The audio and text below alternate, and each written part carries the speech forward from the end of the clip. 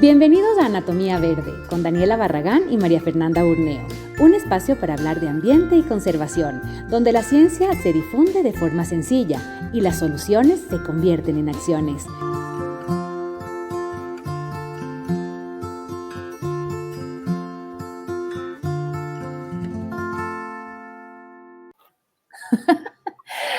Hola, tuvimos que hacer todo un pequeño ajuste, pero estamos en una nueva entrevista de Anatomía Verde y yo voy a decirlo así como con tristeza, pero es nuestra última del año, porque cerramos ahora en noviembre con la Dani para retomarlo ya en el 2021, en un nuevo año.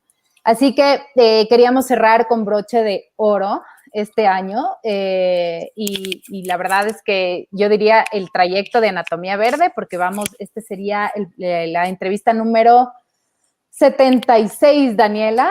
Hemos tenido gente fascinante, yo voy a decir así, y no podíamos cerrarlo sin alguien a quien yo creo que la Dani y yo admiramos profundamente y tenemos el gusto de tenerle como una de nuestras mejores amigas. Así que, Dani, hola. Sí, qué hermoso. Hola, Fer, Tere, qué chévere tenerles aquí en este último programa, como dice la Fer, de este año, que de alguna manera después de salir de la radio retomamos todo solamente a través del podcast Anatomía Verde y nos ha ido súper bien, estamos súper contentas, pero también es chévere darle como un giro y un respiro. A veces se llega con una nueva energía y así esperamos que llegue el 2021. Así que qué chévere, estamos con María Teresa Armijos, le vamos a decir la doctora en este caso. Pero qué increíble, profesora de Recursos Naturales y Desarrollo Internacional, Escuela de Desarrollo Internacional, entre tantas cosas más, mi querida Tere, Fer, qué chévere realmente poder compartir con ustedes en esta última entrevista. Bueno, hola, muchos saludos a mis amigas. Le dejamos sin habla. Bienvenida, vamos a hablar Tere. sobre justicia ambiental y cambio climático, que creo que es un cierre bastante importante también para este año. Así que bueno, bienvenida, Tere, como dice la Fer. Y siempre, como cuando iniciamos estas entrevistas, pedimos que nos cuenten un poquito sobre su trayectoria. Estamos como en materia más profunda de las preguntas. Bueno, a ustedes más o menos ya conocen, quizás para los que no. Soy profesora de la Universidad de East Anglia, queda en el este del Reino Unido. Obviamente soy de Quito, soy ecuatoriana, pero he vivido aquí ya más de 15 años y bueno, he trabajado aquí mucho. Y lo que hago son proyectos de investigación, aparte de ser profesora, hago muchos proyectos de investigación-acción en proyectos interdisciplinarios con gente de diferentes facultades aquí, pero también en diferentes países que tratan sobre todo el tema de cómo nos relacionamos con el medio ambiente. Y tratamos de entender también cómo podemos hacer transiciones hacia una mejor manera de relacionarnos con el medio ambiente y específicamente en el tema de gestión de riesgos de desastres, que es lo que yo trabajo. Y bueno, trabajo con muchas comunidades y con tomadores de decisiones en abrir espacios de diálogo entre estos dos grupos para que haya cambios hacia el futuro y hacia adelante, más o menos. Ya les contaré más con ejemplos y lo que estamos haciendo también es utilizar metodologías un poco más creativas, ¿no es cierto? No solamente ir y hacer investigación, no quiero que se imaginen que voy y solo hago entrevistas. Son proyectos de investigación-acción, son proyectos que tratan de generar cambio, de generar algún proceso positivo. Y para poder hacer eso tienes que ser creativo, tienes que pensar en maneras diferentes de comunicarte con las personas. Ustedes son expertas en comunicación. Mi trabajo es tratar de generar espacios justamente de diálogo que sean entretenidos, que el mismo espacio de diálogo tenga algo positivo. Y lo que hemos estado haciendo es utilizar el arte como una metodología de trabajo con las comunidades, con gente en diferentes países. Trabajo en Ecuador, en Colombia, en el Perú y también en el Caribe, en 2 islas. Buenísimo. Wow, me interesante. Encanta. Ajá. Tere, cuando tú y yo conversamos sobre esta entrevista, bueno, hablamos de un montón de cosas, pero este tema que hoy lo planteamos, que es justicia ambiental. Es un tema que ha estado un poco suelto de todas las entrevistas que hemos hecho y creo que más bien debería ser lo que une mucho de lo que estamos tratando de hacer todos quienes trabajamos en temas ambientales, ¿no? Y es el equilibrio, ¿no? Es esa unión entre la parte social y la parte ambiental. Entonces, quisiera que nos expliques un poquito qué es justicia ambiental y si nos puedes dar un poco de ejemplos para quienes nos escuchan puedan entenderlo con algo en la práctica, ¿no? Que eso es lo que vale la pena. Sí. La mejor manera de explicar esto es con ejemplos de injusticia medioambiental, ¿sí? Como al revés, que es lo que más sucede, ¿no es cierto? Entonces, lo que tratamos nosotros de entender y cambiar es que cualquier proceso de transición sustentable, ¿no es cierto?, no solamente esté enfocado en el medio ambiente, en conservación, por ejemplo, pero también en generar equidad, en que no haya gente que tenga que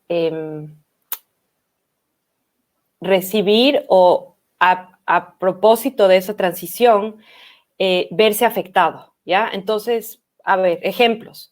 Uno es, o preguntas que nos podemos hacer, ¿por qué, por ejemplo, cuando hay una inundación, son generalmente los más pobres y más vulnerables los que se ven afectados, ¿no es cierto? Eso no es justo, hay injusticia ahí. Con el mismo COVID, por ejemplo, ¿por qué el COVID, sí, se supone, y al principio pensábamos que todos iban a ser, que iba a ser afectado todo el mundo de igual manera?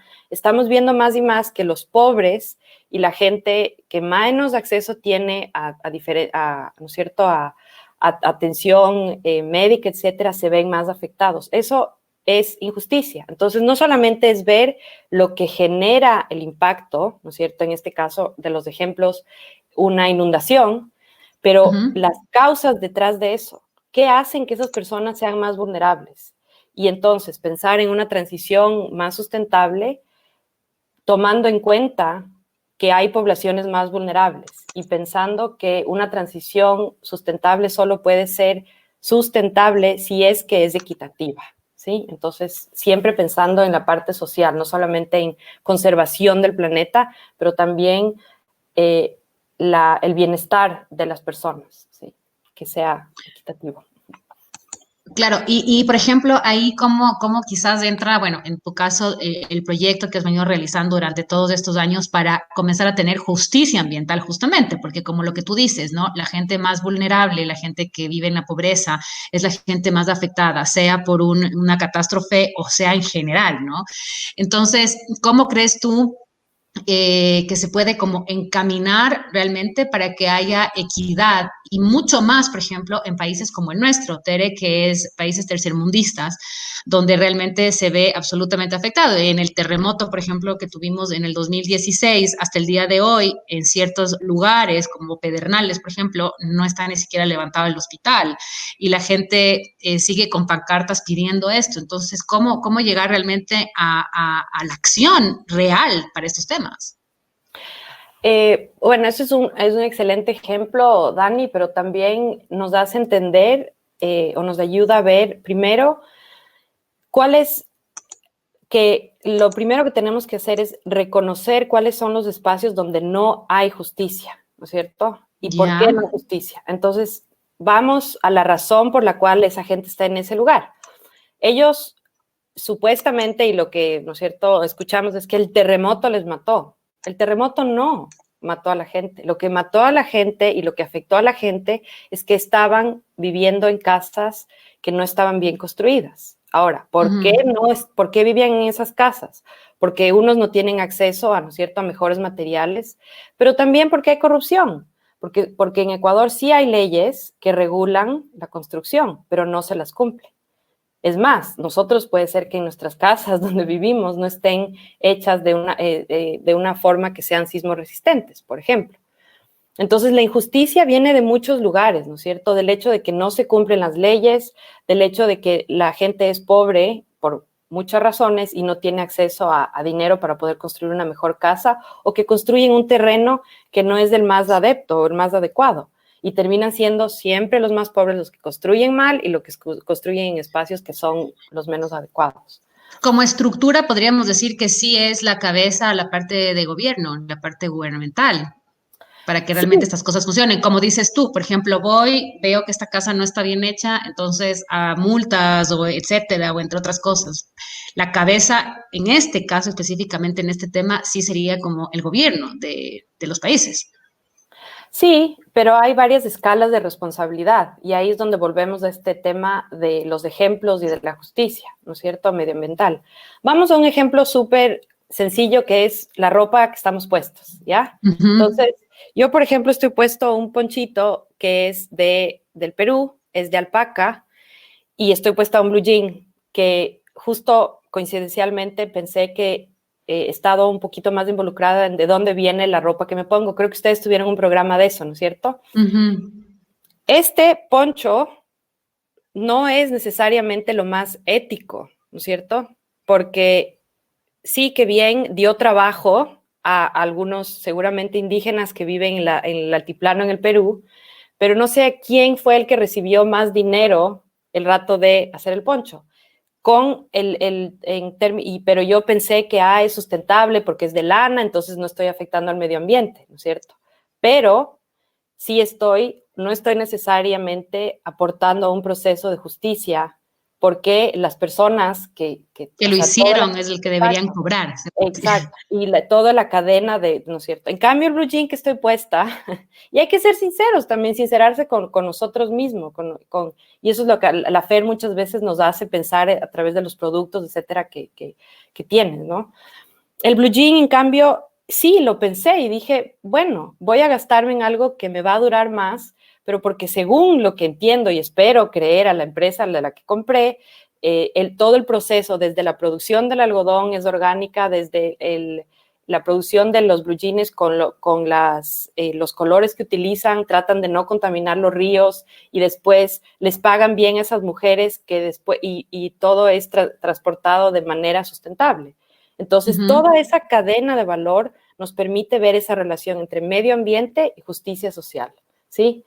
Que no están separados. O sea, puedo comprar un blue jean que sea de algodón orgánico, pero eso no genera una transición justa en el largo plazo. No sé si ese ejemplo ayuda a entender. Sí, me Bastante, parece súper bastante, ajá. interesante. Ajá, me parece súper interesante porque precisamente cuando cae la pandemia, yo creo que mucha gente se comienza a cuestionar precisamente estas cosas, ¿no? Dije precisamente unas 40 veces, pero se cuestiona eso, y es decir, ¿de dónde vienen mis productos? ¿Quién los está elaborando? ¿Cómo funciona?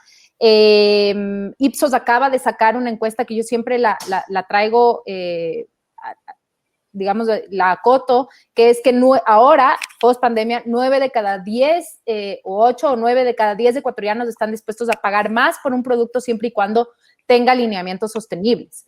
Y en ese sentido, entonces sí hay un cuestionamiento social de dónde viene lo que yo consumo, pero no todo lo que es orgánico, lo que acabas de decir, ¿no? Es necesariamente justo. Y hay esta idea de que, por ejemplo, el algodón, un tema que a mí me interesa muchísimo, que el algodón orgánico es la nueva tendencia, pero no necesariamente hay un pago justo a la agricultura local o a la agricultura familiar. Entonces, este tipo de cosas a mí me parecen interesantes porque nos hacen ir más allá del simple hecho de decir, me voy a comprar algo que dice ser verde, ¿no? Y por eso me parece interesante esta entrevista. Y entonces, en ese sentido, cuando tú y yo conversamos, hablábamos también del tema de que ya se están organizando cosas a nivel que se habla en inglés, se dice grassroots, ¿no? Que es a nivel de abajo para arriba.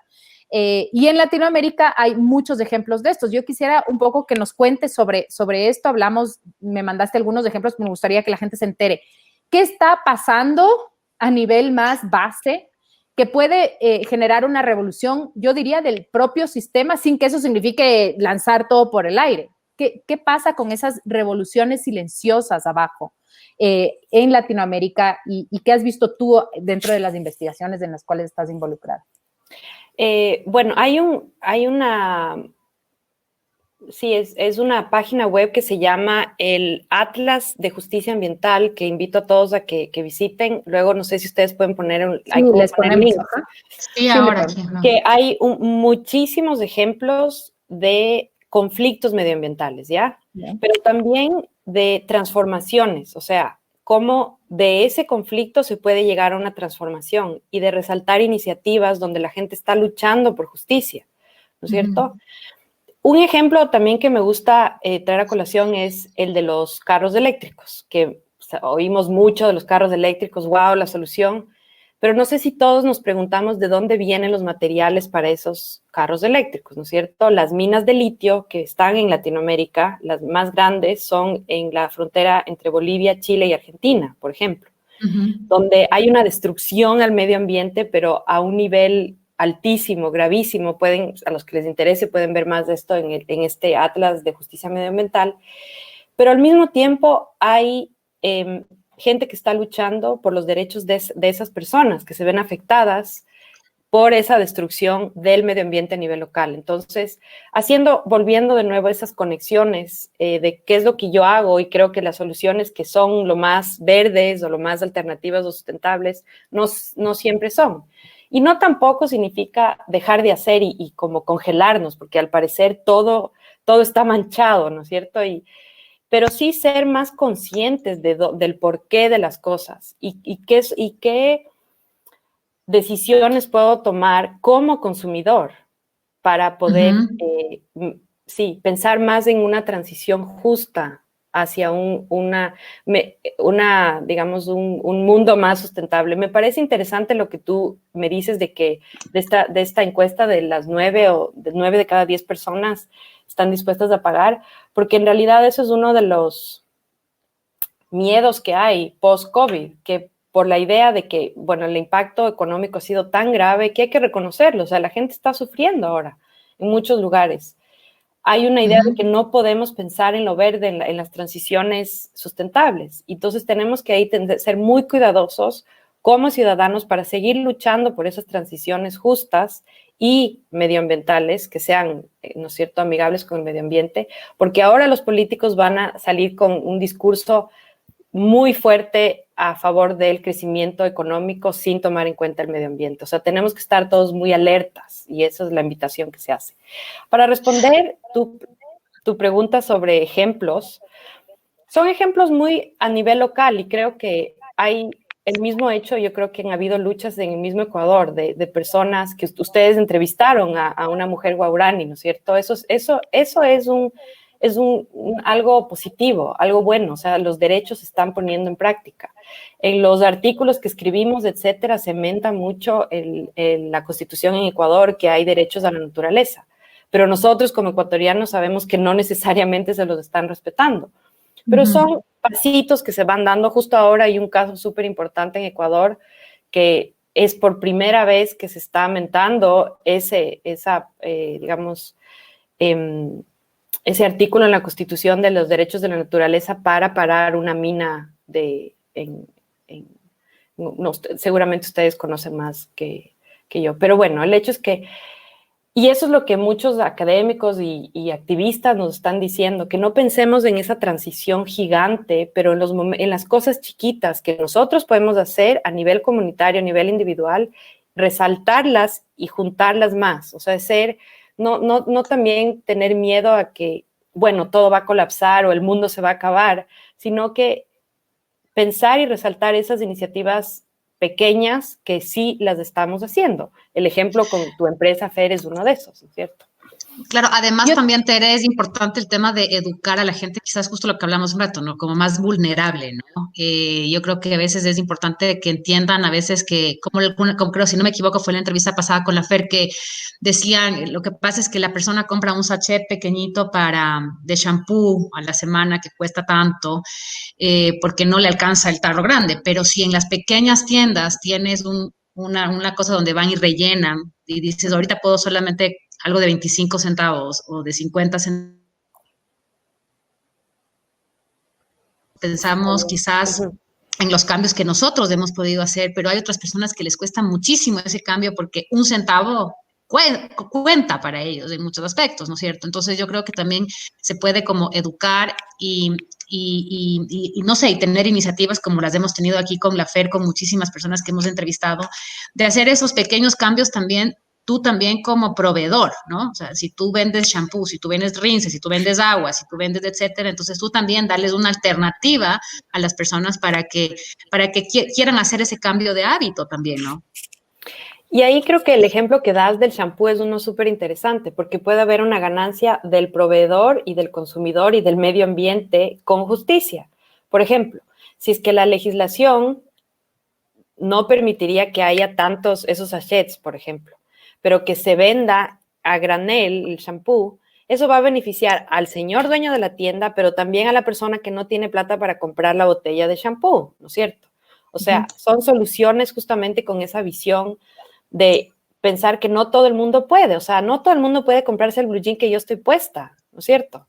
O sea, es también a veces, y es una de las, digamos, propuestas que se hace desde la justicia medioambiental, que no sea elitista, que también tenemos que pensar en los impactos que las supuestas soluciones o de sustentables tienen un impacto en la gente, que tienen un impacto en los más vulnerables, o sea, y justamente ese es el punto, no perpetuar esos impactos porque entonces no va a haber sustentabilidad en el largo plazo.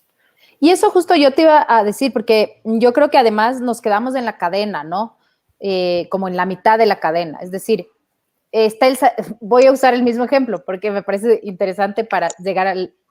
Cuando tú compras o cuando tú entregas un producto en sachets, claro, dices, bueno, es más económico, de acuerdo, con quien compra, pero la mayoría de botaderos o de lugares en donde los residuos son mal manejados, llega a comunidades vulnerables. Entonces, exacto, no estás pensando que tu decisión de comprar un sachet en realidad también está vulnerando a otra gente que termina teniendo problemas por contaminación.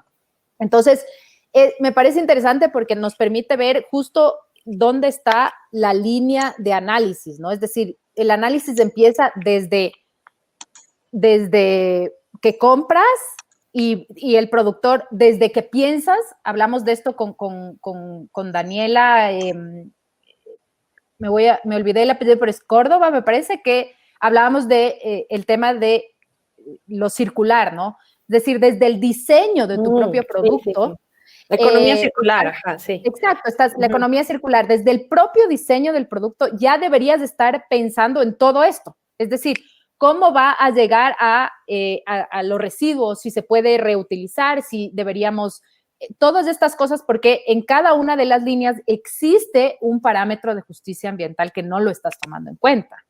Entonces, ahí, por ejemplo, también yo tengo una pregunta, porque hay todo este tema, y me gustó el tema de tu Poncho en ese sentido, y es esto de lo ético, ¿no es cierto?, de la moda ética, y de todo el tema de decir, ay, voy a comprar la artesanía porque ni sé cuánto, pero regateas, ¿no? Entonces llegas donde el artesano y empiezas, voy a bajarle, ¿a cuánto me da? ¿A cuánto será? ¿Cuál es el precio? Y yo siempre les pregunto y les digo, ¿tú harías eso en, no sé, en Zara? ¿En Mango? O sea, tú llegarías a donde la señorita y le dirías, bueno, a ver, esta camiseta, ¿en cuánto? ¿En cuánto? No le dirías. Es que ya cuesta como 2 nomás. Entonces... Y ahí ese es el tema. Pero es el tema. Entonces, sí, hay toda esta ola de creer que, primero, hay mucho diseño que yo creo que ahora ya se lo ha señalado mucho, que es el robo de todo lo que es artesanía, por ejemplo, o de imágenes que luego son puestas en las grandes pasarelas, pero también hay todo una pseudo, casi robo, diría yo así, cuando tú regateas, porque no estás dando el valor que significa la producción de eso, ¿no? Entonces, claro, ¿cómo le ves tú a este tema también? Porque ahí también hay justicia ambiental que ha sido un poco, yo creo, puesta de lado, ¿no? O sea, la gente dice, ay, bueno, pero ellos mismos te piden que regatees. No, son dinámicas que las hemos normalizado y que no necesariamente deberían estar ahí. Sí, ese es otro ejemplo interesante sobre cómo consumimos, y creo que esa es la pregunta. Y tú, Daniela, dijiste ahorita, bueno, pero es que es barato ya en Zara, no hay que regatear. Y eso es el punto, o sea, que creo que el cuestionamiento tiene que ser sobre eso. ¿Por qué tenemos que comprar, no estoy diciendo, no es mi caso, pero digamos 10 pares de blue jeans al año versus uno éticamente producido, ¿no es cierto? Ajá. ¿Qué es lo que nos ha hecho? Y eso es el cuestionamiento que tenemos que hacernos. Y ese es justamente el punto de esta idea de la justicia medioambiental, que tienen que ser transiciones realmente sistémicas. No podemos solo hacer reformas, qué lindo, esto es ético, el otro es ético. La pregunta es, ¿por qué tenemos que consumir tanto? ¿Por qué ese sistema se sigue respetando o se sigue generando? O sea, tiene que haber crecimiento económico. No estamos cuestionando eso. Si no cuestionamos eso, no va a haber transformación. Solo van a haber una ley por aquí, otra por acá, no hay plástico. Pero, por ejemplo, la ley del plástico, la de que en Quito, que estamos discutiendo ahorita, que está tan, ¿cierto? A todos queremos dejar de ver plástico. Bueno, por lo menos yo, sería un sueño, ¿no es cierto?, el de todas nosotras dejar de ver tanto plástico, pero el hecho también es cómo estamos acostumbrados a consumir, lo que seguramente es lo que te decía la persona con la que hablaron antes. ¿Estamos preparados para dejar de consumir tanto? ¿A no tener tanta cosita en nuestra casa? A no, porque también ese es el otro punto. Nosotros, algunos queremos seguir consumiendo un montón, mientras otros no pueden consumir nada. No podemos aceptar un mundo donde haya tanta inequidad. Simplemente no es viable, no solamente porque el planeta se va a destruir, pero éticamente y moralmente simplemente no está bien. Otra cosa es que nos hayamos acostumbrado a ver pobreza, pero dejemos de aceptarlo. O sea, ya realmente es una posición política la que tenemos que tener aquí. Ya no podemos aceptar eso, ¿no es cierto? Es difícil, no te digo, no digo, no se trata tampoco de hacer la revolución, pero creo que con nuestras acciones pequeñas sí podemos hacer eso, empezando por no ser consumidores empedernidos. Exactamente. Claro, justamente lo que decíamos aquí en la tercera pregunta un poco, ¿no? O sea, enfatizar esa equidad y esa justicia social comienza desde nuestro lugar, ¿no? Desde nuestro pensamiento. Ahora justo veía en estas semanas un montón de posts en las redes sociales que dicen como bájale un poco los niveles en esta Navidad, no compres mucho, que no haya regalos, porque hay mucha gente que la ha estado pasando mal y que ha sido un año muy difícil para todos. Entonces, bueno, a la final es un mensaje o dos que comienzas a mirar que está circulando y creo que debería comenzar desde nosotros también esa como idea, ¿no? Y si vas a comprar alguna cosa o algún detalle, compra local, ¿no? Cómprale a esa persona que sabes que va a alimentar su familia, y o no cómprale a regatees. esa persona, y no regatees, o a esa persona, como tú dices, oye, tengo ese contacto directo, ¿no es cierto? Por ejemplo, Fer, cuéntame de tus productos y mira, le quiero regalar esto a tal persona, que sea también esa relación directa, no ir a estas grandes tiendas donde todo es por montones y por un montón de cosas, ya hazlo porque realmente en Ecuador cada vez más ha crecido el tema de las pequeñas empresas, de los pequeños emprendimientos, es impresionante, encuentras todo, o sea, hoy por hoy, cremas, shampoos, como la empresa de la Fer, ropa, encuentras tantas cosas que dices ya no hay un pretexto de, no, es que aquí no puedo comprar, hasta ropa para niños y un montón de cosas súper chéveres, ¿no? Entonces yo sí creo que también hay que pensar un poco en comprar a los pequeños productores. Así es, estoy de acuerdo, y exigir también a esos pequeños productores que sean sustentables, porque sí hay espacio para hacer eso, ¿no es cierto? Como consumidor también puedo ser consumidor de lo local, pero también ético. Puedo pedirles, decir, qué lindo, estás haciendo shampoos, estás haciendo jabones, de dónde vienen, cómo están haciendo, etcétera. Estamos pagando bien a la gente con la que tú trabajas, etcétera. Son preguntas que creo que son válidas y las podemos hacer. Claro. Lo que sí es importante es no sentirnos mal todo el tiempo, porque yo creo que eso es uno de los males de la crisis climática, que creemos que es nuestra culpa todo, pero al mismo tiempo no sabemos qué hacer y nos congelamos un poco. Y creo que son pasos pequeños, no se puede ser perfecto en todo sentido, pero cosas chiquitas que podemos aportar, ¿no es cierto? Cambios pequeños en nuestras prácticas, en lo que hacemos, que puedan ayudar. Y pensar en eso, en ese elemento de justicia, no solamente en el elemento sustentabilidad o medio ambiente o conservación, pero en el elemento justicia y si estoy dispuesto o no a seguir viviendo en un lugar con tanta pobreza, con tanta inequidad. Eso justo te iba a decir. Exacto, porque me pareció interesante lo que tú dijiste antes, ¿no? Es decir, hay este tema en la pandemia para levantar las economías y dices, bueno, a ver, tenemos que levantar. Pero yo siempre hago una doble pregunta ahí también y es, a ver, ¿vas a levantar la economía? ¿Cuál economía? Porque si hablamos de realmente modificar el sistema que nos llevó a esto, porque esa es la verdad, tendríamos que empezar a levantar las economías locales, ¿no? Y cómo eso, qué significa eso, ¿no? Entonces, la gran discusión del carro y la bicicleta, a mí me encanta eso, o del carro, no voy a decir y la bicicleta, sino la alternativa, ¿no? A caminar o caminar. Cuando tú haces una ciudad caminable, ciclable, haces una ciudad con economías locales fuertes. ¿Por qué? Porque cuando tú caminas le compras al señor del pan de acá, chuta, qué rico esto que acabo de ver la empanada de acá, ¿me entiendes? Cuando tú vas en el carro, tu objetivo se cierra y vas directamente a donde tenías que llegar. Entonces, no estás levantando a la ciudad, estás levantando a estos dos mundos, digamos, ¿no? Estás solo conectando un mundo con el otro y no estás haciendo todas estas como el tejido, ¿no? El tejido urbano, podemos ponerlo así. Entonces, sí hay ahí una pregunta que yo creo que hay que hacernos, que es, ¿vamos a levantar este sistema o esta nueva economía, pero vamos a levantarla con todos o vamos a pensar en el mismo sistema económico que no era de todos, no era para todos? Porque esa es la verdad. Y una cosa interesante, volviendo al tema COVID, es que desde el principio, si es que se fijan, los países más afectados es donde más inequidad hay. Exacto.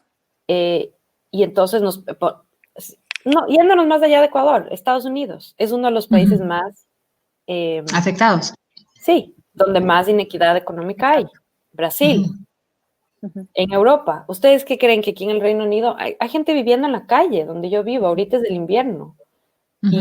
Y ahí están. O sea, entonces hay que ver también ese tema, cómo después la inequidad va generando impactos de diferentes maneras, ¿no es cierto? No solamente es que no está bien que haya gente pobre, no, es que eso nos impacta a todos al final del día, ¿no es cierto? A todos genera algo, digamos, negativo, sí. Sí, esa me parecía importante porque tendemos a partir en dos, ¿no? O sea, creemos que levantar la economía no es un tema de todos, ¿no? Y que si pensamos en todos, entonces es generar trabajo, pero ¿cómo? Sí. ¿A partir de qué? ¿Bajo qué condiciones? Cuando tú tienes una sociedad que está rota, o sea, está rota en varios sentidos, por más que generes trabajo, esa gente se va a rebotar contra tu empresa, es decir, igual vas a tener problemas después. Entonces, justo en ese sentido, yo creo que incluso es cambiar el chip, ¿no? Del gasto a la inversión. Tú inviertes en tu gente, tú inviertes en levantar a esa sociedad, tú inviertes en todo esto porque al final del día eso nos va a preparar para cualquier otra situación. Y eso es lo importante. Claro, lo que decía la Tere al principio, ¿no? Es impacto también si mañana tenemos otro desastre natural, no sé, en Manabí, por ejemplo, no sé si logren superarlo, ¿no? Porque todavía no se ha logrado superar el del 2016, imagínate si mañana se viene algo nuevo. Entonces, como dices, Fer, también, ¿no? Yo creo que sí es importante como trabajar desde la estructura, ¿no? Porque es interesante el tema de ahorita, ¿no? Que estábamos hablando hace un momento de la ropa o de los cambios de hábito que debemos hacer, pero creo que es de fondo, ¿no? Es como una estructura que está totalmente tan floja que con un clean se cae todo, ¿no? Y ahí es cuando dices justamente lo que siempre decimos con la Fer en las últimas entrevistas, se vienen los nuevos planes de gobierno. ¿Será que alguien nos va a plantear algo interesante sobre este tipo de temas o serán los mismos planes de toda la vida y la gente que quiere llegar de alguna u otra manera al poder por llegar, ¿no? Entonces es como echémosle un vistazo a estos planes de gobierno también, ¿no? Ahorita las dos acaban de hacer como relación a algo que es muy importante dentro del trabajo que yo hago, y yo explico esto a la gente con la que trabajo, a mis estudiantes, a todos, trato de compartir esta idea o concepto de el desastre natural, ¿no es cierto? Todos decimos del desastre natural, es que una erupción, un terremoto, un tsunami, lo que sea, es desastre natural. Pero si es que dejamos de decir la parte natural, ¿sí? y solo pensamos le dividimos en dos partes, desastre, natural, ¿no es cierto? Quítale lo natural, cuestionemos que sea natural. No tiene nada de natural que la gente se haya muerto en la costa de Ecuador. Ujú. El terremoto sí es natural, eso es lo que el planeta hace, la naturaleza hace, genera terremotos, genera erupciones. Lo que no es natural es que la casa haya estado mal construida, que los políticos hayan dejado que esa casa esté así construida, o que nos dejen vivir ahí, o que permitan la venta de arena con sal para construir las casas, ¿no es cierto? Que luego cuando hay un terremoto, eso es lo que sucedió, que estaban todas exacto. Entonces, si es que empezamos a dejar de ver a esto como natural, entramos, por ejemplo, a los desastres como naturales, entramos a justamente lo que tú estás diciendo, Daniela, que es la estructura, que es lo que genera esos procesos sociales que hacen que haya un desastre. El desastre, la amenaza sola no es el desastre. El desastre es las decisiones que tomamos como seres humanos que generan el desastre. Lo que está pasando ahorita, hay una crisis medioambiental, eso es un desastre. No es porque hay mucha gente en el planeta o porque no hay suficientes recursos, son las decisiones que hemos tomado que generan ese desastre. Entonces, esas decisiones y lo que tú estás diciendo, ¿cuáles son las propuestas que los políticos nos están haciendo? No les gusta hablar de eso, porque es fácil hacer barreras por encimita, ¿no es cierto? Y decir, estamos preparados, la próxima vez vamos a llegar con la ambulancia o lo que sea. No, no, no. Están yendo a la estructura y una linda metáfora ahí es la estructura de la casa. ¿Estamos solucionando esos problemas o no? Claro. Y creo que ahí está digamos, la salsa de todo esto, es pensar en las estructuras y pensar y eso podemos hacerlo todos, no es tan difícil, no tienes que ser un académico, tener doctorado para pensar de dónde vino esto, o cuál es la implicación de lo que yo hago A, B, C, D. Son ejercicios que los podemos hacer todo el tiempo y cuestionar a los políticos, sí. Exactamente, bueno, políticos y empresas, ¿no? Porque yo creo que también en ese sentido hay mucho trabajo ahí desde la parte empresarial. Lo que tú acabas de decir, las propias empresas que ahora está de moda lo verde y entonces vamos a por encimita, ¿no? O sea, voy a cambiar mi empaque pero igual mi sistema de producción es una locura de contaminación a los ríos. O sea, ese tipo de cosas yo creo que son súper importantes y quizás eso nos lleva a la última pregunta, ¿no? ¿Cuál es nuestro rol como sociedad civil al momento de tomar esas decisiones? Es decir, yo siento que todavía nos creemos muy pequeños y eso creo que es uno de los chips que hay que cambiar, ¿no? El poder de la decisión que acabas de decir. El poder de la decisión hacia bueno y malo, porque el político decidió mal hacer, mal permitir, igual que la empresa. Entonces, ahí, Tere, me gustaría un poquito que nos digas cuál es tu perspectiva en esto, es decir, desde donde estemos o incluso hacia Ecuador, que es nuestra mayoría de gente, ¿cuál debería ser nuestro rol con miras a lo que se nos viene en elecciones, sí, pero también con miras a lo que se nos viene en temas ambientales? Porque el Ecuador, si bien no es uno de los mayores emisores de gases de efecto invernadero, y esa es la discusión de siempre, sí es uno de los más vulnerables. Y eso es inevitable. ¿Cómo podemos pensar a futuro con estos temas y cuál debería ser nuestro rol social? Bueno, eso es una pregunta muy compleja y no voy a tratar de responder eso. Creo que hemos dado un montón de ejemplos sobre el rol a través de nuestras acciones y qué consumimos. Yo quería también traer acá un concepto o una práctica, porque llamémoslas, son prácticas que hacemos, ¿no es cierto? La una es mi práctica como consumidor, mi práctica como... Uno de los temas importantes en esta visión de justicia medioambiental es empezar a entender cuáles son las diferentes visiones sobre o cómo se valora lo que ahorita estamos llamándolo medio ambiente, la naturaleza, los recursos naturales, qué valor se le da a eso dentro de los diferentes sistemas, ¿no es cierto? Y una de las propuestas desde la justicia medioambiental es justamente reconocer más a las diferentes maneras de valorar el medio ambiente. que han sido suprimidas, ¿no es cierto? Normalmente, o en Occidente, y el capitalismo ve a la naturaleza como algo que hay que explotar, que hay que sacarle todo el jugo, ¿no es cierto? Ajá. Y en eso está basado el sistema, y por eso está colapsando, ¿no es cierto? Las propuestas desde la justicia medioambiental lo que nos están invitando a hacer también es a reconocer y aprender de otras maneras de entender y valorar y vivir con la naturaleza. Muchas de esas vienen desde las comunidades indígenas, ¿no es cierto?, en Latinoamérica, pero en otros lugares también. Y tampoco se trata de ser románticos y romantizar, ay, la gente, es que los indígenas, ¿cómo respetan la naturaleza? No. Pero sí de ser más abiertos, de escuchar más a otras formas de cómo nos relacionamos con el medio ambiente y cómo lo respetamos, cómo vivimos con ese espacio, con lo que llamamos que está fuera de nosotros, ¿cierto?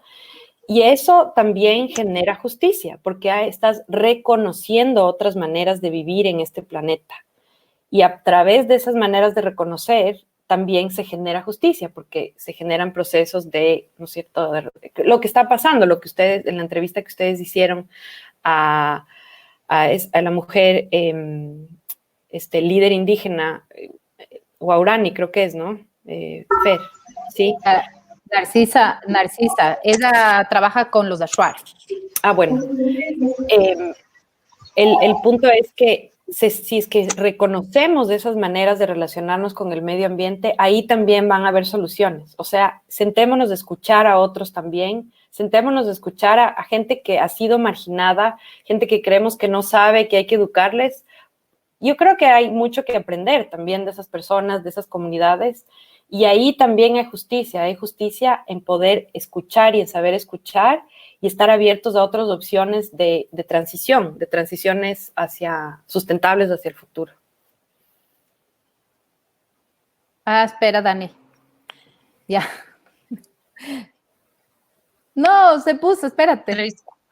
Ahí. Ah, qué chévere conclusión, digo, para terminar esta entrevista, la verdad, súper interesante. Sí, me encanta porque creo que siempre durante todos los programas hemos hablado de más bien de tu rol como consumidor, y creo que lo que acabas de hacer, Tere, es súper importante, y es el hecho de decir, no es solamente tu rol desde tú, casi como tu ego, digamos, sino el de poder ampliar tu visión y poder entender que la justicia y la equidad también se construye desde la apertura de nuestro cerebro, básicamente. Es decir, no podemos seguir pensando que nosotros somos los creadores de la ola verde o los creadores de la conservación ambiental.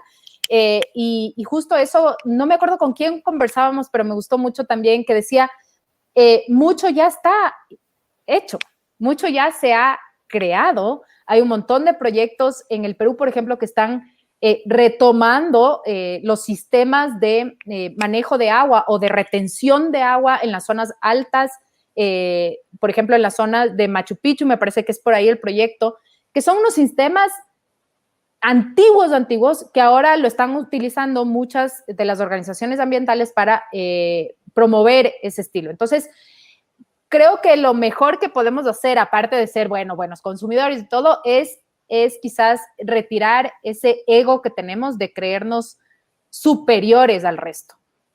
Yo creo que el momento en el que bajemos de eso y entendamos que estamos todos luchando por un mismo objetivo, podemos empezar otra vez a construir ese sistema, ¿no? Y esa estructura.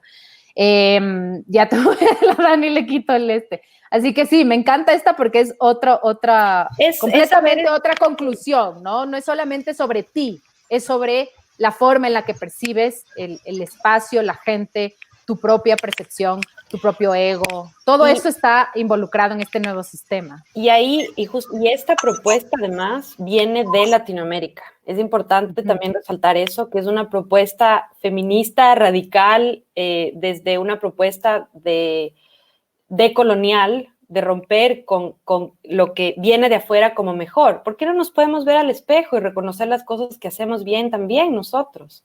Y la propuesta feminista viene desde la idea del cuidado, Cuando empezamos a pensar no solo en yo, como tú estás diciendo, Fer, sino en el prójimo, en mi vecino, en el que vive más allá, no como enemigo, sino como parte de algo más grande. O sea, justo es toda una propuesta alrededor del cuidado, que es muy potente cuando queremos pensar en justicia medioambiental.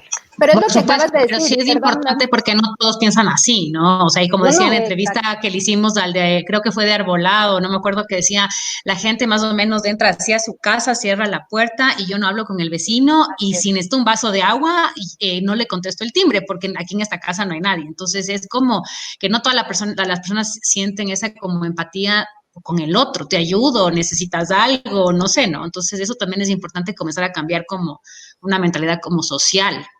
Sí, y son eso me procesos gustó. a nivel local, o sea, abrir Exacto. espacios de diálogo como los que yo sé que hay en algunos barrios en Quito alrededor de la basura, por ejemplo. Ujú. Gente en barrios que normalmente la gente no se junta, no hace nada, abrir espacios de diálogo y decir, en realidad aquí hay un vecino y estoy segura que van a haber miles de historias muy bonitas alrededor del COVID, que la gente sí se ayudó. ¿Por qué no hablamos de esas cosas lindas, positivas?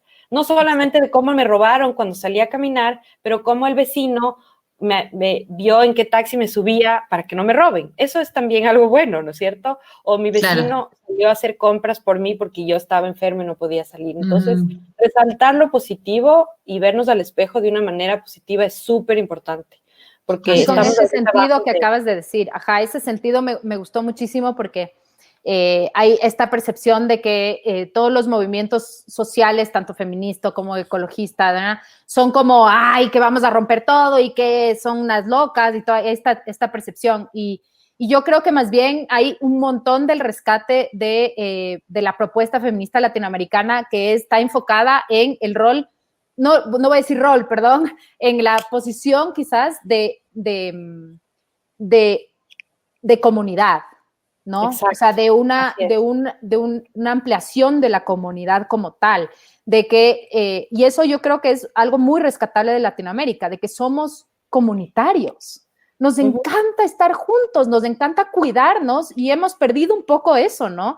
Y a eso incluye la naturaleza, nos encanta que esos espacios sean, la gente se volcó a la naturaleza con la pandemia porque somos espacios naturales, Latinoamérica está llena de eso. Entonces me pareció súper interesante eso porque también rompe con esta percepción de ideologías que no van de acuerdo a lo que nosotros hemos construido desde Latinoamérica y que es súper interesante rescatar, ¿no? Me gustó muchísimo eso. Les puedo dar más sí. información si quieren para que las que quieran aprender más y leer más a mí me encanta. Del cuidado y una propuesta que es muy radical porque habla justo, no radical como tú dices, Fer, de ir a romper las cosas y hacer protestas, sino radical en cómo vivimos el día a día. Ajá. Eso es lo que tenemos que hacer, cambiar la manera en cómo vivimos el día a día a través o alrededor de esta idea del cuidado hacia mi familia, hacia mí mismo y hacia el planeta. El próximo, claro. Igual, hace un rato hablaste algo también de unas páginas que la gente podía como visitar, esta de poner más tarde para que la gente como que lea, se entere un poquito más sobre este tema de justicia ambiental, entre otras cosas. Y hay un montón de propuestas desde Latinoamérica que tratan de juntar todos estos mini procesos a nivel comunitario que están pasando. Hay transformaciones. Aportemos y ayudemos a esas transformaciones y seamos orgullosos de esas, no solo autocríticos. Sí, me parece súper chévere. Me encanta. Gracias. Me ha encado, Tere. Sí, ha sido una súper entrevista. Nos podríamos, como siempre, ir de largo. Me encanta haber cerrado este año de anatomía junto a ti. Y no sé, no fuimos tan egoístas de solo tenerle a la Tere para nosotros, sino que pudimos ampliar ese conocimiento de la Tere a quienes nos escuchan, que ha sido un verdadero gusto. Así que, Tere, te agradezco muchísimo, agradezco a todos los que nos han escuchado en estas más de 70 entrevistas y nos vemos en enero. Así es, qué chévere. No, bueno, en enero nosotros y la Tere sí vamos a tener el gusto de verla. Así, eso sí, eso sí, ese es nuestro gusto. Pero gracias, nada, si Fer, tienen gracias, preguntas, Tere. A ustedes, gracias. Les vamos a dejar todos los artículos que nos mande la Tere, les vamos subiendo. Tere me mandó algunas cosas también por mail que yo les voy a dejar en la página de Anatomía. Si nos están escuchando en el podcast, recuerden que en Facebook dejamos todos estos artículos, así que pueden volver para acá para verlos. Pronto subimos el podcast, lo vamos a compartir. Y en nuestro Instagram también de Anatomía Verde lo compartimos. Así que, nada, muchísimas gracias. A ustedes, gracias. Chao.